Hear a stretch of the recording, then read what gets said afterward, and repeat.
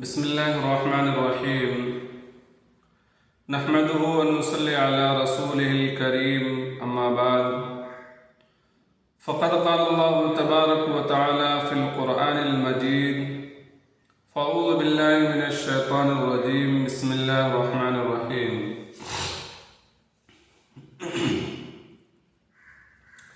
वक़ाल रब्बुकुम उदऊनी अस्तजिब लकुम इन्नल्लज़ीना यस्तकबिरूना अन इबादती सयदखुलूना जहन्नम दाखिरीन सदक़ल्लाहुल अज़ीम। वक़ाल नबी सल्लल्लाहु अलैहि वसल्लम अद्दुआउ मुख़्ख़ुल इबादा औ कमा क़ाल अलैहिस्सलातु वस्सलाम। मुअज़्ज़ज़ सामिन इकराम और मेरे प्यारे अज़ीज़ भाइयों, अल्लाह तबारक व तआला से दुआ है कि जो बात मैं कहने जा रहा हूँ अल्लाह ताला हम सबको अमल की तौफीक दे। अगर हो सके तो इस मैसेज को थोड़ा दूसरों के पास शेयर कीजिए, इंशाअल्लाह शायद किसी की ज़िंदगी बदल जाए। आज मैं जो आपके सामने बात करने जा रहा हूँ वो दुआ के मुतालिक है। दुआ मेरे अजीज़ भाइयों सबसे बड़ी इबादत है, दुआ से बढ़ के कोई चीज़ नहीं है। हमारे तकदीर के अंदर अल्लाह पाक ने जो कुछ लिख दिया है, पूरे कायनात अगर मिल के उसको बदलना चाहे, पूरी दुनिया मिल के अगर उनको पलटना चाहे तो नहीं बदल सकता है। लेकिन अल्लाह तबारक व तआला ने हमारी दुआओं के अंदर ऐसी तासीर रखी है कि दुआ की बरकत से हमारे तकदीर को भी अल्लाह तबारक व तआला पलट देते हैं। सबसे पहली चीज़ तो दिलों के अंदर यकीन होनी चाहिए। एक मरतबा हज़रत उमर बिन ख़त्ताब रज़ियल्लाहु तआला अन्हु के सामने एक औरत अपने गोद के अंदर बच्चे को लेके आती है और पूछती है, ए अमीरुल मुमिनीन, ये बताइए कि अल्लाह तबारक व तआला हमसे कितना मोहब्बत फरमाते हैं, हमें कैसे पता चलेगा। तो हज़रत उमर रज़ियल्लाहु तआला अन्हु सर्दी के मौसम में आग जला के बैठे हुए थे, तो एक शख्स को कहा कि जाओ और उनके गोद में जो बच्चा है उनको लेके आओ।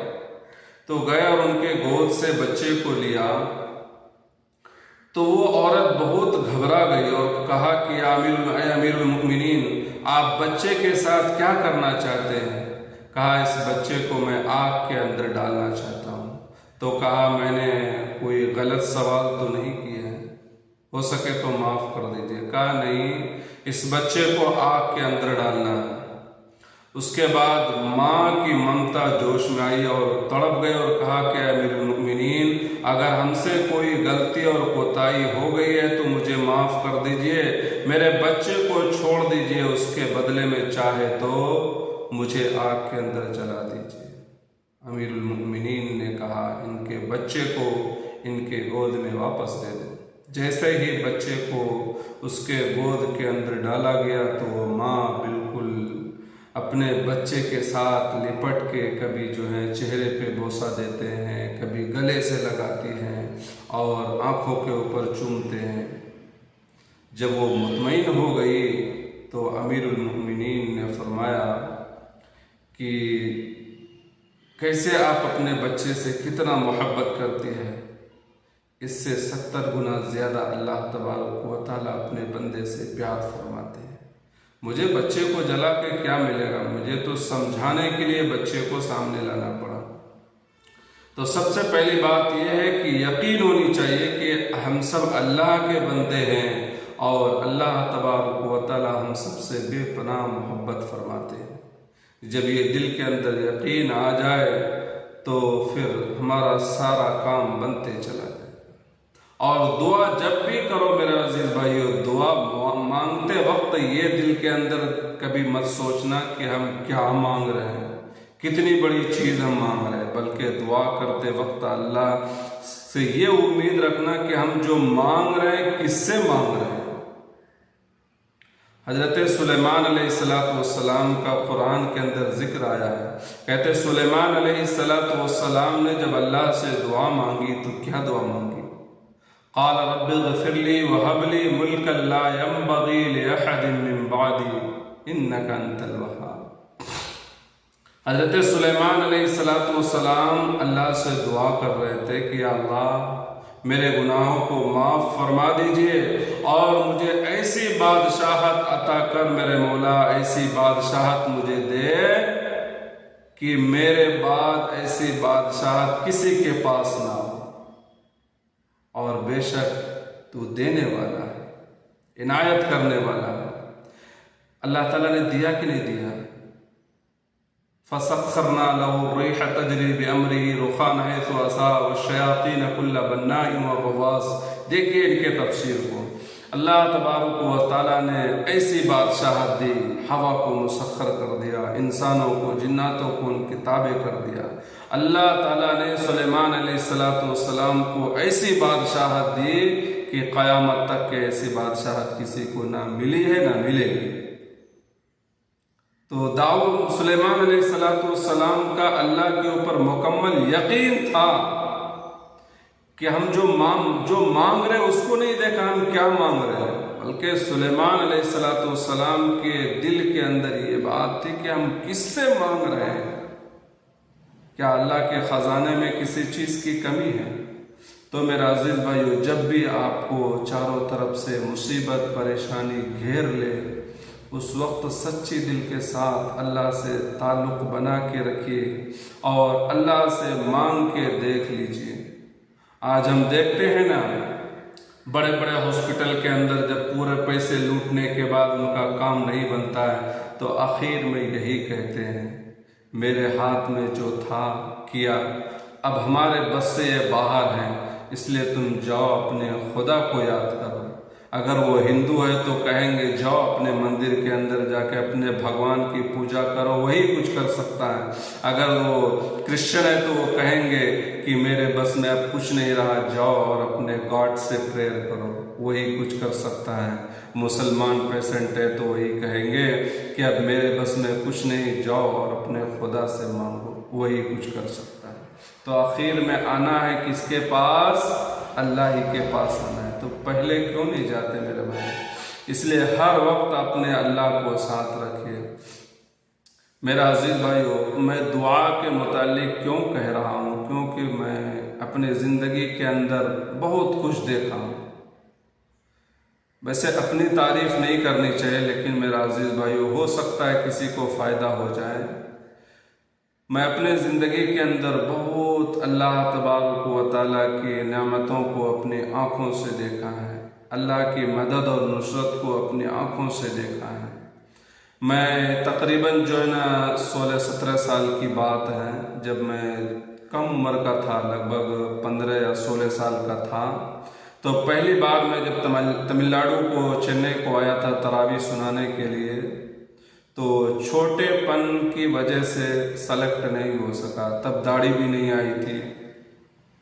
ये बात बिल्कुल अल्लाह गवाह है, सच्ची वाकया मैं आपको सुना रहा हूँ। जब मैं गया और तरावी के अंदर सेलेक्ट ना हो सका, अब मैं कहाँ जाऊँ? और रास्ते के अंदर एक हादसा हुआ था कि जो हमारे पैसे थे, पर्स को किसी ने मार लिया।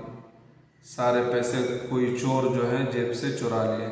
अब हमारे हाथ में पैसे भी नहीं हैं और यहाँ की लैंग्वेज जो बहुत डिफ़िकल्ट लैंग्वेज है।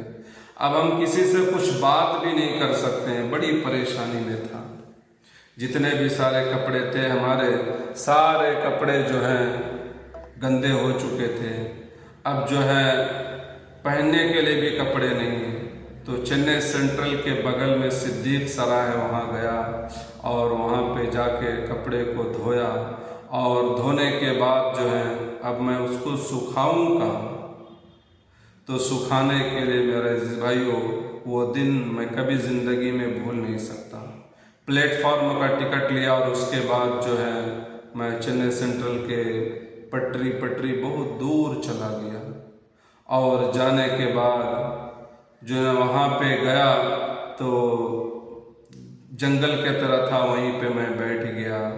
अब जो है भूख भी लग रही है और हालात भी ऐसे हैं, कपड़े सूख रहे थे। उसके बाद जो है मैंने अल्लाह तबारक व तआला के तरफ रुजू किया। दिल के अंदर मैं छोटा था, लेकिन एक भरोसा था कि अब कोई रास्ता नहीं है, हो सकता है अल्लाह कोई रास्ता निकाल दे। चुनांच मैं तयम्मुम किया और तयम्मुम करने के बाद वहीं बैठे बैठे 2 रकात नमाज पढ़ी और फिर अल्लाह के सामने बहुत रो रो के मांगा। बिल्कुल कम उम्र का बच्चा ही था और उस वक्त कोई सहारा नहीं। खुदा गवाह है मेरा अजीज़ भाइयों, मैं नमाज पढ़ के दुआ करके और उसके बाद फिर पिरामिड मस्जिद गया। कपड़े सूख गए थे, यहाँ तक कि मैं टॉयलेट के अंदर जाके नहाया, नहाने के लिए भी कोई वो नहीं था। तो इस चीज़ से मैं 2 चीज़ आपको सबक देना चाहता हूँ। उसके बाद नहा के कपड़े पहन के पिरामिड मस्जिद में जाके मैं नमाज पढ़ा और नमाज पढ़ने के बाद कुरान की तिलावत कर रहा था। कोई अल्लाह का एक बंदा आया और फ़ौरन हमारी कुछ मदद किए। पूछे तो बताया तरावी के लिए आया हूँ, जगह मिली नहीं मिली है। उसके बाद वो बंदा कुछ 400 या 450 रुपये मुझे हदिया किया और वो चला गया। उसके बाद उसी वक्त बैठे बैठे हमारे लिए 2 जगह आई तरावी के लिए। तो मैंने कहा जो पहली जगह आई है उसी में मैं जाना चाहता हूँ। लेकिन मेरा अजीज़ भाइयों, मैं झूठ नहीं बोल रहा हूँ। ये कुरान की तिलावत और नमाज पढ़ने से पहले पहले वो गेट के ऊपर एक बच्चा था, लगभग जो ना वो भी 12-15 साल का। उसको एक बीमारी थी जो पेशाब के रास्ते से खून निकलता था। उस वक्त में और जो ना जो वॉचमैन थे उसको बाहर कर दिए। तो बच्चा यतीम बच्चा था। मैंने पूछा तो कहा कि मेरे माँ बाप नहीं हैं और मुझे बीमारी लगी हुई है, पेशाब करता हूँ तो पेशाब के रास्ते से खून निकलता है। मुझे बड़ा तरस आया। मैं छोटा ही था लेकिन दिल के अंदर एक बड़ी हमदर्दी थी। मुझे बहुत तरस आया कि बताओ ये मासूम बच्चा है और इनके माँ बाप भी नहीं हैं और वॉचमैन भी इसको निकाल दिए, इनको बीमारी लगी, आखिर क्या करेगा। तो मेरे पास जो कुछ 20 या 25 रुपये बचे हुए थे तो मैंने पूछा कुछ खाए हो कि नहीं खाए हो। मुझे आज भी वो दिन याद है। फिर मैं गया और बगल से वो रसगुल्ले जो हैं कुछ 10 रुपये 20 रुपये के जो ने लिए और उसके बाद जो है उनको मैं दिया, वो खा लिए। और खा के जब मैं कुरान पढ़ रहा था तो उसी वक्त अल्लाह की गैबी मदद आई और कोई 400 या 450 रुपये दे के गए और फिर तरावी के लिए भी जो है जगह आई, 2 जगह आई उसी वक्त फ़ौरन असर के बाद। उसके बाद मैंने कहा जो पहली जगह आई है वहीं मैं जाना चाहता हूँ। चुनांचे मैं वहाँ गया और मैंने फिर तरावी पढ़ाई माशाल्लाह। और अल्लाह का करना हुआ कि मैं अपने दीन के ऊपर कायम रहा, अल्लाह के ऊपर मुकम्मल भरोसा करके जो है अपनी ज़िंदगी गुजारता रहा। थोड़े दिन ही गए कि जो है अल्लाह तबारक व तआला ने जिस चेन्नई सेंट्रल के अंदर मुझे रहने के लिए कोई जगह नहीं थी, कपड़े सुखाने के लिए कोई जगह नहीं थी, मैं प्लेटफॉर्म का टिकट लेके जो है जंगल में जाके कपड़े सुखाए थे। अल्लाह ने इतनी इज्जत दिया कि वही चेन्नई सेंट्रल के अंदर जो पुलिस बूथ है, पुलिस स्टेशन है, अल्लाह ताला ने वहाँ मुझे पुलिस स्टेशन के अंदर बैठा के जूस पिलवाया। एक इंस्पेक्टर साहब थे, अल्लाह ने ताल्लुक़ किया बाद में। उसके बाद जब भी मैं कभी वहाँ जाना होता तो इज़्ज़त के साथ मुझे पुलिस स्टेशन के सामने अंदर में बैठा के और इज़्ज़त से सब बात करते थे और मुझे जूस भी पिलाए। और यहाँ तक कि माशाल्लाह जो तमिलनाडु के सबसे बड़े पोस्टिंग के पुलिस है डीजीपी, अल्लाह ताला ने उसके साथ भी मुझे खाना खाने की तौफीक दी। तो इज़्ज़त देने वाला अल्लाह पाक है। मेरा अजीज़ भाइयों, मैं अपनी जो सीक्रेट बात बता रहा हूँ, जब भी मैं दुआ करता हूँ अल्लाह के सामने, जिस तरह तन्हाई में अकेले में जो है ज़्यादा इबादत करता हूँ। हम गुनहगार लाख हों लेकिन अल्लाह ताला गफूर रहीम है। मेरे अजीज़ भाइयों, दिल के अंदर तन्हाई के आलम में आप सच्चे दिल से अल्लाह से मांग के देखिए। आप इस तरह दुआ कीजिए जिस तरह छोटा बच्चा पेट के दर्द से किस तरह तड़पता है, ऐसे तड़प के मांग के तो तू देख, अल्लाह देख तुझे क्या नवाजता है। कहते एक मर्तबा जो है एक शख्स जो है नाबीना था, वो अल्लाह के सामने दुआ कर रहे थे। उधर से बादशाह का गुज़र हुआ तो बादशाह ने कहा, क्या मांग रहे हो अल्लाह से? मैं हमेशा देखता हूँ दुआ करते रहते हो, क्या मांगते रहते हो? कहा कि मैं अंधा हूँ, मुझे दिखाई नहीं देता है, मैं अल्लाह से बीनाई मांग रहा हूँ। तो कहा, कब से तुम दुआ कर रहे हो? तो उस नाबीना ने कहा, मैं बहुत सालों से अल्लाह से दुआ कर रहा हूँ। तो बादशाह ने कहा, देखो मैं जा रहा हूँ उधर, वापस आने से पहले पहले तुम्हारी बीनाई वापस आ जानी चाहिए, वरना तुझे कत्ल कर दूंगा। ऐसी इस तरह तुम दुआ अल्लाह से मांगो, मैं वापस आऊंगा और अगर तुम्हारी बीनाई, अगर तुम्हारी रोशनी वापस नहीं आई तो तुझे कत्ल कर देंगे। अब बादशाह बोल के तो चला गया। वो बंदा बिल्कुल, पहले तो सिर्फ आँख की जो है परेशानी थी, अब तो जान की आफत पड़ी है। अगर बीनाई वापस नहीं आई तो बादशाह कत्ल कर देंगे। उसके बाद जो बंदा तड़प तड़प के रोया अल्लाह के सामने, उसके आँख से ऐसे आंसू निकले और जिस्म से पसीना निकल गए। अल्लाह के सामने रो रो के फरियाद करने लगे, अल्लाह अब तो जान की मसला है, अब तो बीनाई अगर नहीं आए तो ये कत्ल कर देंगे, और मुझे पता है मेरे खुदा, न तो ये बीनाई कोई डॉक्टर दे सकते हैं, न कोई हकीम दे सकते हैं। अगर ये बीनाई वापस करने की ताकत है तो सिर्फ आप में है, और आप तो जो चाहे वो कर सकते हैं। अल्लाह मुर्दे को भी जिंदा कर सकते हैं, तो ये बीनाई कहाँ की है? अल्लाह ने उसकी फ़ौरन दुआ कबूल की और उनकी बीनाई वापस कर दी और वो सही और तंदुरुस्त हो गए, देखने लग गए। जब बादशाह का फिर वापसी हुआ तो देखा कि वो बादशाह के सामने बिल्कुल सही सलामती के साथ देख रहे थे।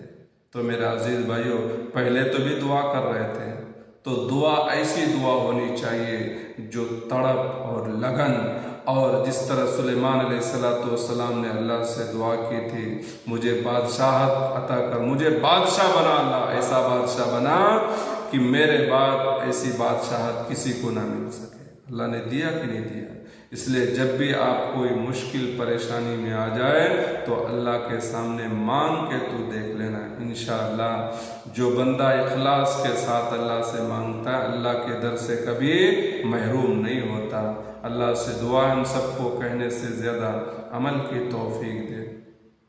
बस ये मेरी एक कोशिश है मेरे भाई, मेरे कुछ जो जानने वाले लोग हैं, मैं उनके लिए ये वीडियो बना रहा हूँ ताकि वो, उनकी भी हमें फ़िक्र है, हमसे मोहब्बत है, इसलिए मैं उनके लिए बना रहा हूँ।